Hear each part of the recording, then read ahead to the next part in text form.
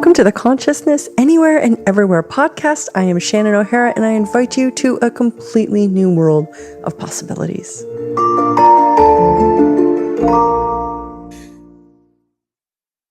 Welcome to the Consciousness Anywhere podcast. And today I am joined by my colleague and amazing Access Consciousness facilitator, international lawyer, David Kubes. Thank you, David, for joining me today.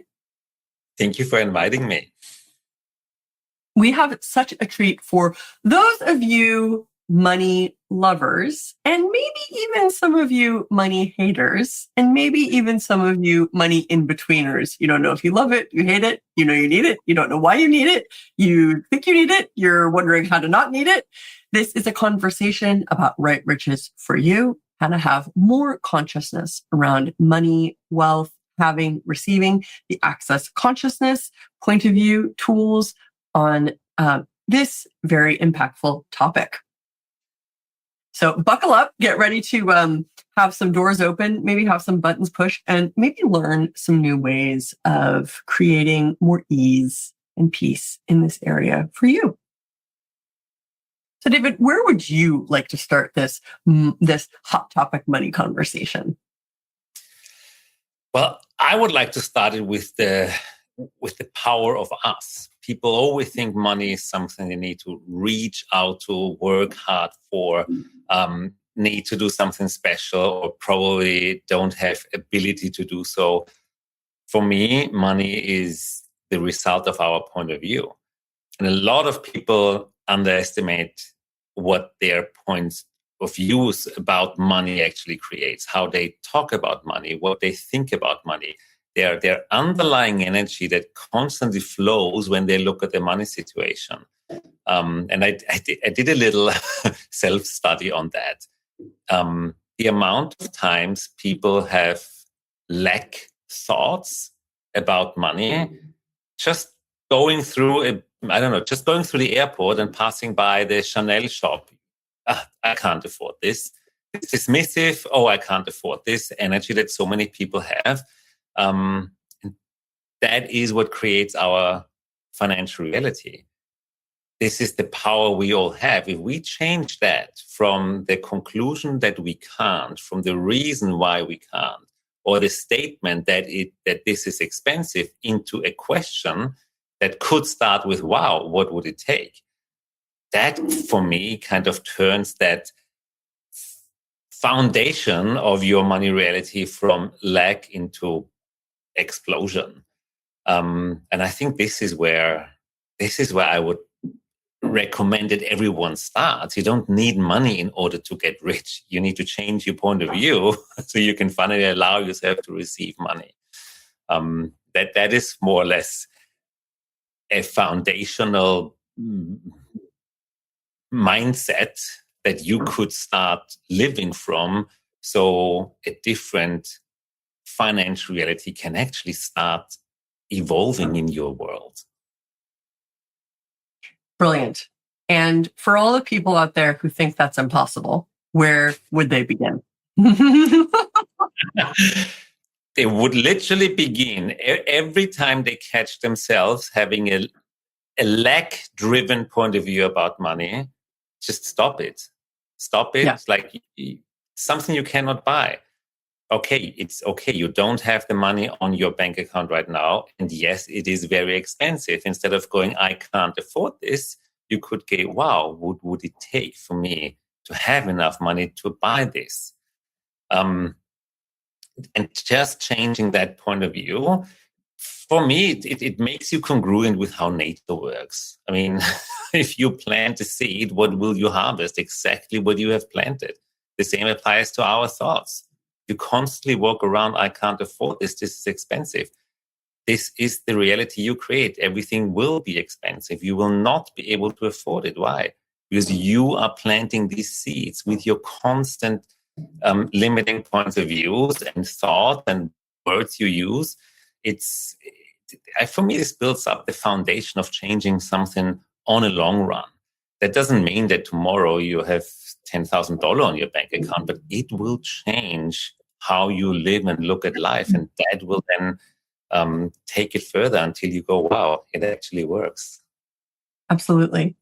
So for any of you guys out there listening, obviously David and I are coming at this reality conversation, like money, money, money. Could you get more form and structure, more rules, more limitations, more crazy than any other topic, maybe family, but money is even more structured, more linearity.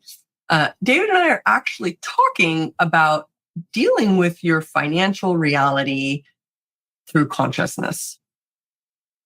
And that's what's so special from my recollection about the Right Riches work and all of the money, wealth, receiving body of work that comes out of Access Consciousness. And that it's not about doing it better, righter by this reality standards. I mean, we do want you to work with this reality's mechanisms to generate great wealth for you if that's truly what you desire. And where a lot of people really need to start is with their points of view. And it's that simple. And I just want to...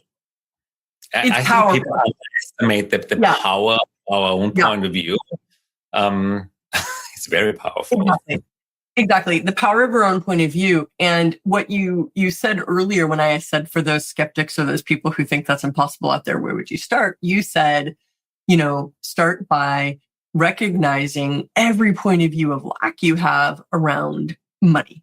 Now, we would love to tell you that there was some button that we could push that would completely revolutionize the way that you think, but everybody has choice. And most of you listening to this right now are probably adults. So you've had many years of learning, duplicating, copying, being exposed to very strong points of view about money. But now you can choose now. And that choice can be, okay, I'm going to do the work to really pay attention to the way I think, what I say, and how I feel about money. And that's the one lever with money you have total control over, is your point of view. And there's another brilliant element to that powerful tool. To change your point of view, that's for free. You don't need money to get started. You don't need to invest anything. Yeah. You can literally try it out for the fun of it for at least 2 weeks, I suggest, just to give it a little space to allow it to kind of get into existence, and then just see what changes, see if it works for you. Because that might not be something you're looking for. I think these tools of Right Riches are for those who believe in the universe, who believe in consciousness, and also those people who believe that life is designed to be joyful on planet Earth, and that everything, like nature, is designed to support you. You shouldn't need to fight for anything in life. So if this is something that kind of pings and makes you light, I think these tools can brilliantly work for you. If you really like to work hard and long hours, like I did when I was a lawyer, you might want to choose something else. Oh, well, that's beautiful. So let's do a little mini class in Right Riches for you. So we talked about changing your point of view, being aware of that. And I think some people might hear that and then not. So one of the things I would love to, so if we were doing a tiny little Right Riches for you class right now, we'd want to ask the question, okay, so how many points of view did you buy from your mom, your dad, your family, your community, your society, whoever, about money? Are those points of view making your life easier? Are their points of view real, true, and the only possibility? Or were they just their points of view? And what, if you were being you, could you make a different choice? Would you make a different choice? So recognizing how many points of view you buy from others, number one, about money, because money is like everybody has a point of view about money, which seems obvious in the saying it, but very few people really know what money is, are in cooperation with money, or in much curiosity about money. So we tend to go on autopilot buying a point of view that money's hard, or money comes to those who work hard, or money's the enemy, or money's the root of all evil, or whatever, like this stuff, money's going to solve all my problems if only I had all the money. all of which are points of view. And what if those points of view are limiting what else would be possible?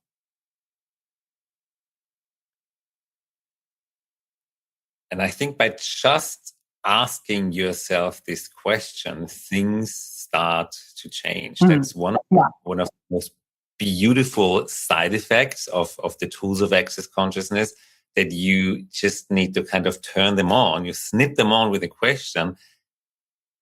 The energy has changed, and it will change. So there's no doing required other than asking the question, then letting it, throw it all up in the air and see where it lands, be with it.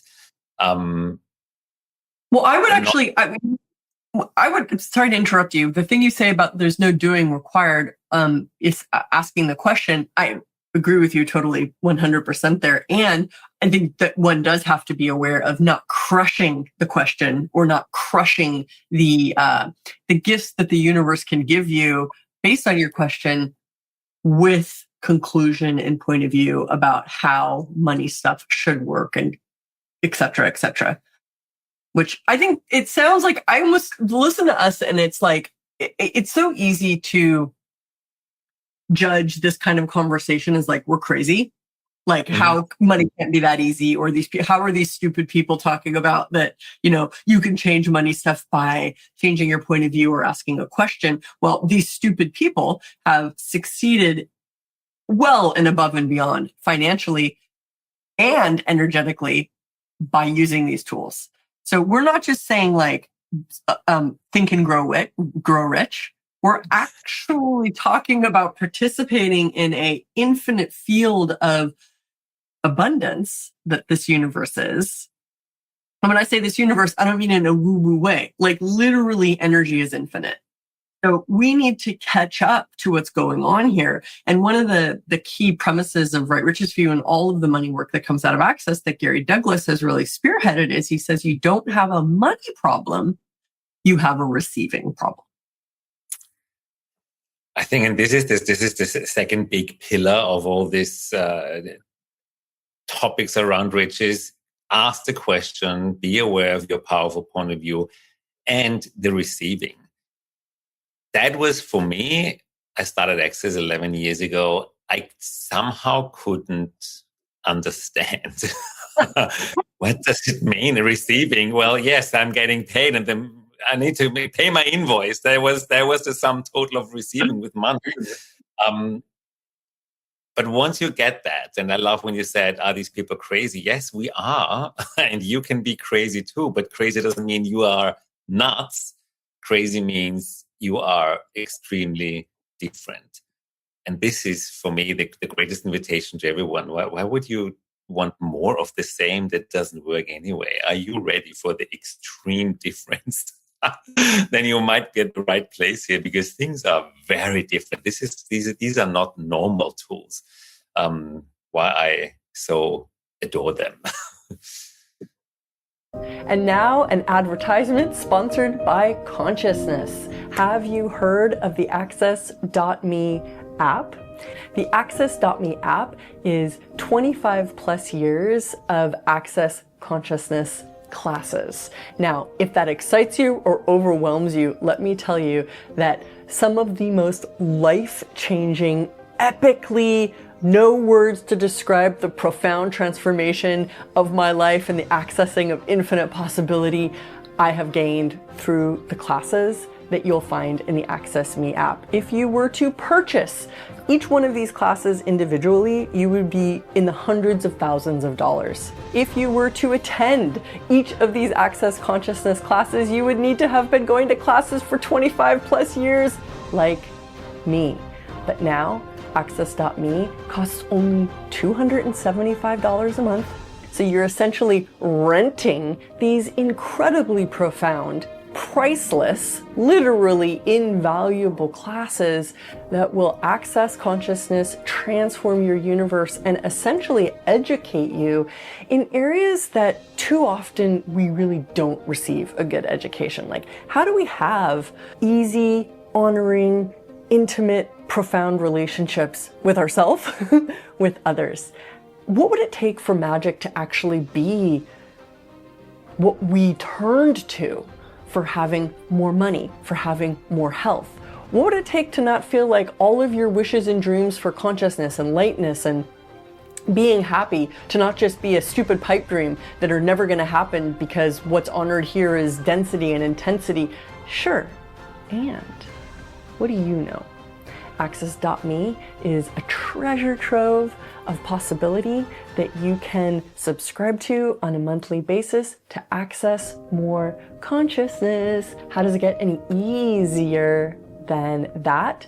Check it out, access.me online, and see you in the fields of consciousness. Okay, so should we talk about receiving? I love that you started with a story about, like, you heard about it, because me too. I heard about it and I was like, what? Okay, I was like, how do you apply that? Like, what the heck does that mean? So receiving beyond getting your invoice paid or your salary paid. Shannon, what do you know about receiving? Well, one of the ways that I initially talk about receiving so people can get it is by referencing nature.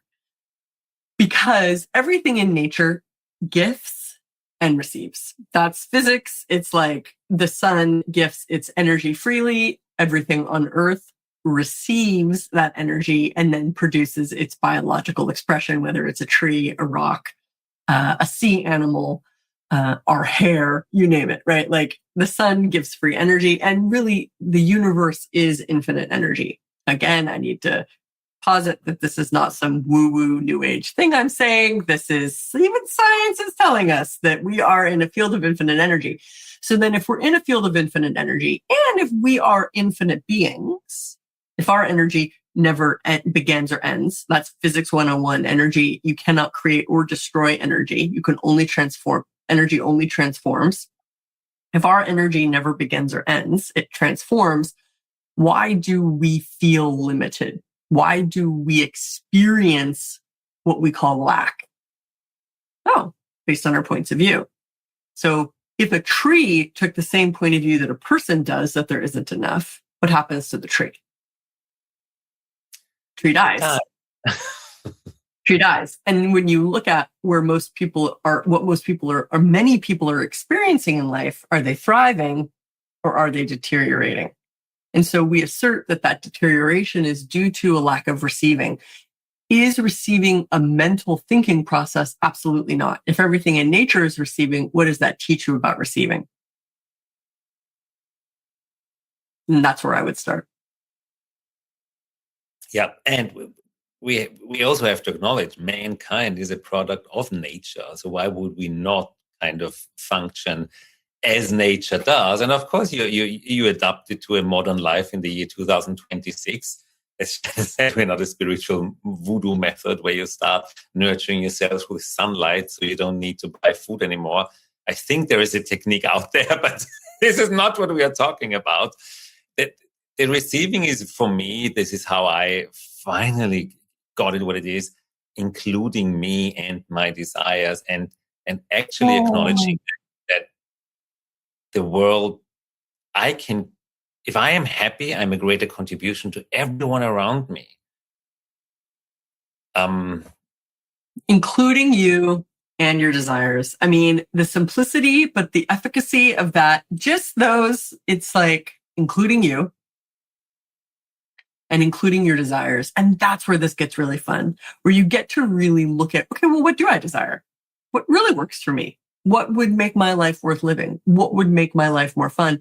Do you guys out there listening to this right now, do you let yourself ask those questions? Do you give yourself permission to explore what would make your life? What are your desires? And you can, and do you? For me, it was, am I allowed to? Because there are so many other people who suffer more than me, and I'm privileged anyway because I was born in a yep. European wealthy country. How I was always confronted with how dare you even asking for more when there's so much poverty around you? Help those first and then you. that was the trap I was trapped. And since that changed for me, since I actually got the wealthier, the stronger, the more powerful I am, the more I can contribute to these people. It's not others first than me. It's a simultaneous gifting and receiving. What if there was no either or, this first then this? Simultaneous. Simultaneous gifting and receiving. Simultaneous gifting and receiving also means simultaneously acknowledging your own desires and what works for you, and demanding it, not making it less than, not judging it, but also not making it more than. I mean, we don't want to turn you into self-centered bastards. It's this including you, not excluding you, and not taking yourself to, I have to help others first and then me, or there is too much, or this is not appropriate. Everything you desire is okay if you desire it. Appropriate is just another way of judging you. So that was the information that helped me a lot to have all this ease with my finances and with money now, thanks to these tools from Right Riches. Yeah, that's beautiful. I love what you just said about everything that you desire is okay if you desire it. One of my learning to include me and my desires stories is in my early 20s I've done a lot of traveling. Both David and I have done a lot of traveling in life, but I started traveling in economy and just was so excited and grateful just to be able to be free and travel the world. And then after a certain point, sitting in economy was like not fun for me anymore. And I would walk through business class when we'd board the plane, or sometimes first and then business. May they bring back more business classes and more airplanes. Thank you very much. And get back to my economy seat. And by the time I got to my economy seat, I was angry. I was depressed. I was like in physical pain. I thought if a stewardess tells me what to do one more time, I'm going to lose my shit. And I realized that I hadn't been asking, well, what would it take for me to sit in the front of the plane? Not the pilot, but, behind the pilot. What would it take to be up the front of the plane? And I thought, as soon as somebody actually asked me, like, well, what would it take to sit up in the front of the plane? And immediately I went, no way, too expensive, can't afford it. No way, stupid place to spend your money. And I caught that point of view and I went, okay, I have a lot of points of view about this. And I still would really love to see what it's like at least. And I started asking, well, what would it take? Literally, that was it. All I did was started asking, what would it take to sit up in the front of the plane? And literally, I've only ever sat up in the front of the plane now ever since. And this is like 15 plus years. And it became like, and then it's like, now when I think, every now and then I get this like little needling thing like, oh, I can just get the economy ticket because, it's like thousands and thousands and thousands of dollars less. And then I'm like, who am I being when I want to do that to myself? Am I honoring me, or am I devaluing me in that process? So I'm not including me in recognizing. And so I just want to add on to this conversation about business class tickets or first class tickets and their prices and is it worth it and blah, blah, blah.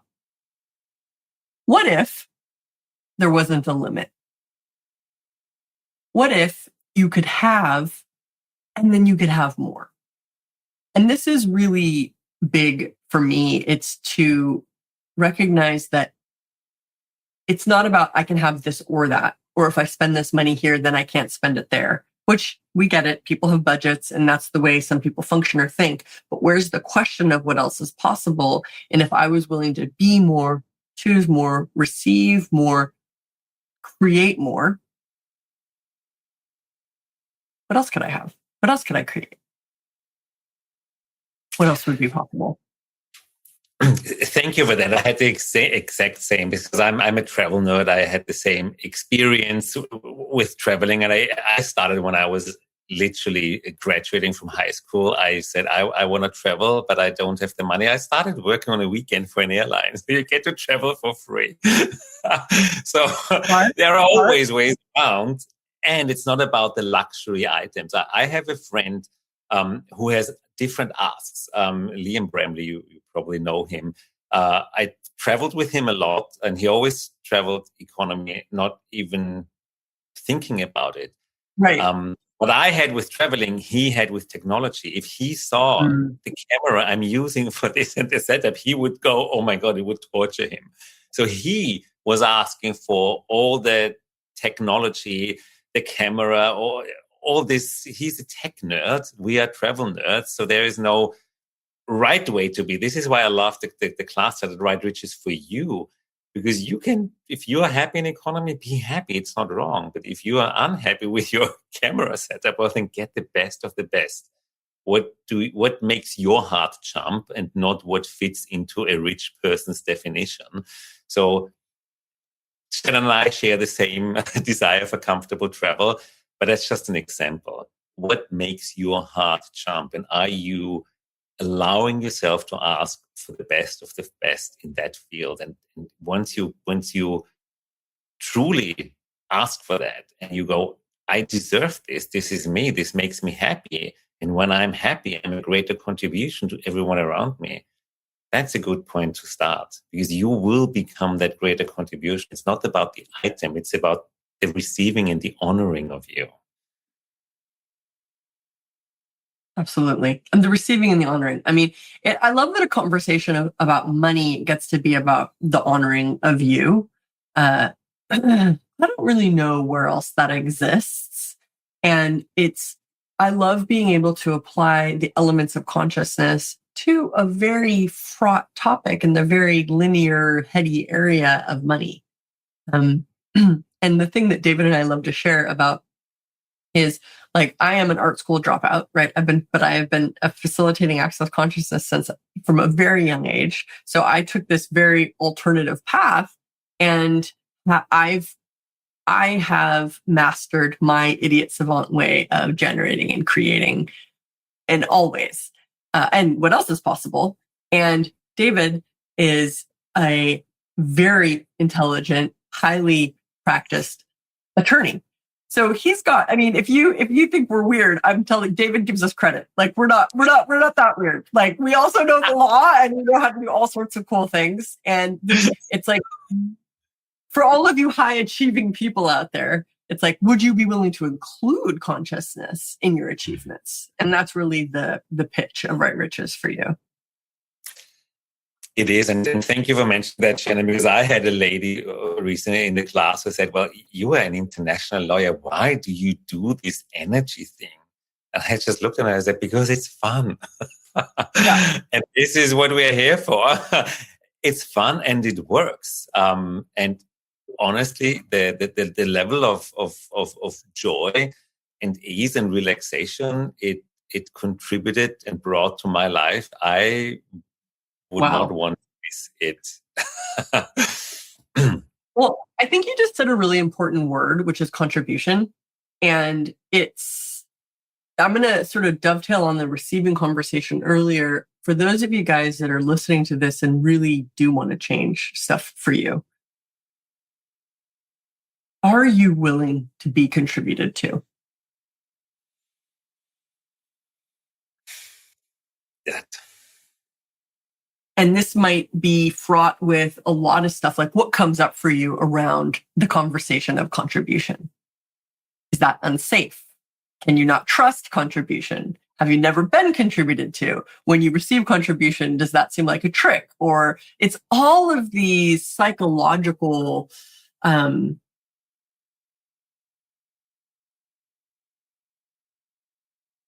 experiences that we have around money. And one of the things I think I would like to leave people, David, towards the end of this with a little bit of a mini lecture on money, because we say money a lot, but most people don't know what money is. So maybe we can define that a bit for people, just as a taste before we finish today.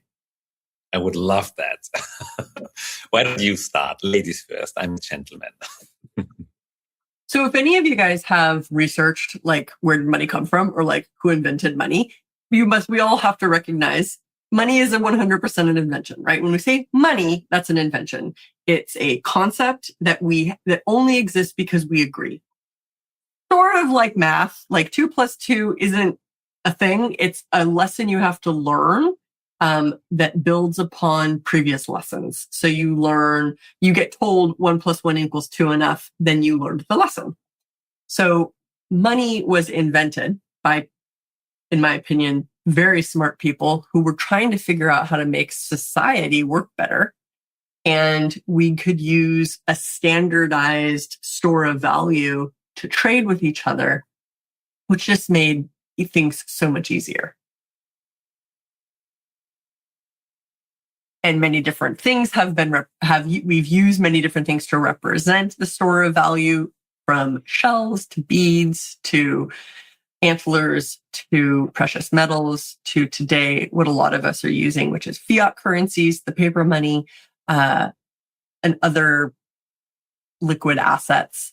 But essentially, value is determined by the market. What is the market determined by? What people think. So we're back to your point of view. And David and I are not saying like, go out.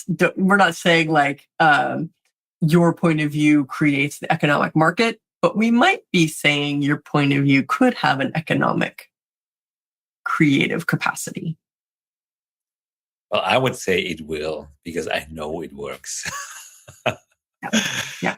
And what I would like to add to this invented energy of money, or the invention of money, if we look at why was money invented, and you beautifully said it, to make trading easier. So the original, the original idea when money was given birth was, can you make my life easier? And that is the original energy that money vibes on. Can you make my life easier? It was introduced to planet Earth as an energy that should make your life easier, that should facilitate trading. Let's make this easier. Right. And I think if we are fluent with this energy, can you make this easier, rather than you're never there, this is too expensive. It's that congruency with the original energy money was introduced and invented on planet Earth. It will be easier. If you're congruent with what the energy is, things flow easier. If something is not congruent, the ride is bumpy. Does it work in a different way? Yes, of course. But if you really want that smooth, comfortable ride, or, like making money, like floating on cloud 7, ask for money to make your life easier. Be congruent with the energy money was invented with, and things will get easier. And I think if people doubt or don't really believe what we say, why don't you try it out for 2 weeks and then let us know? And also to recognize that many people have replaced receiving and being with money. And that's essentially it's sort of like that, I think, is the greatest travesty, is that because you're born without money. Like life is actually free. Life force energy is free. Your body was for free. And we learn about this thing called money, and it is a very essentially, it's a very inbuilt part of society now. But many people think it replaces their being, and many people think that it replaces their choice. And that's just so not true. Your choice precedes money. Money is a secondary to your being and your consciousness. And if you make money greater than you, or your dictator, that's just not going to make anything come to you with ease, because you're buying a lie, essentially.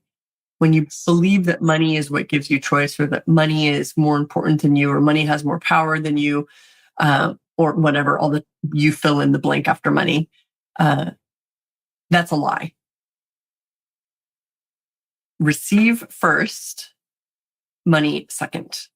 Be you. All resources will come with ease. And if you are willing to be you, essentially, like David said, include you and include your desires to be you, then you're starting off on a foot of possibility that the universe can play with you. Beautiful. Thank you so much. There's our riches for you lecture. Here we go. Beautifully summarized. And if you're curious, find out more and come and join us. Thank you, everybody. How does it get infinitely better than this? Bye. Thank you, Shannon. Bye-bye.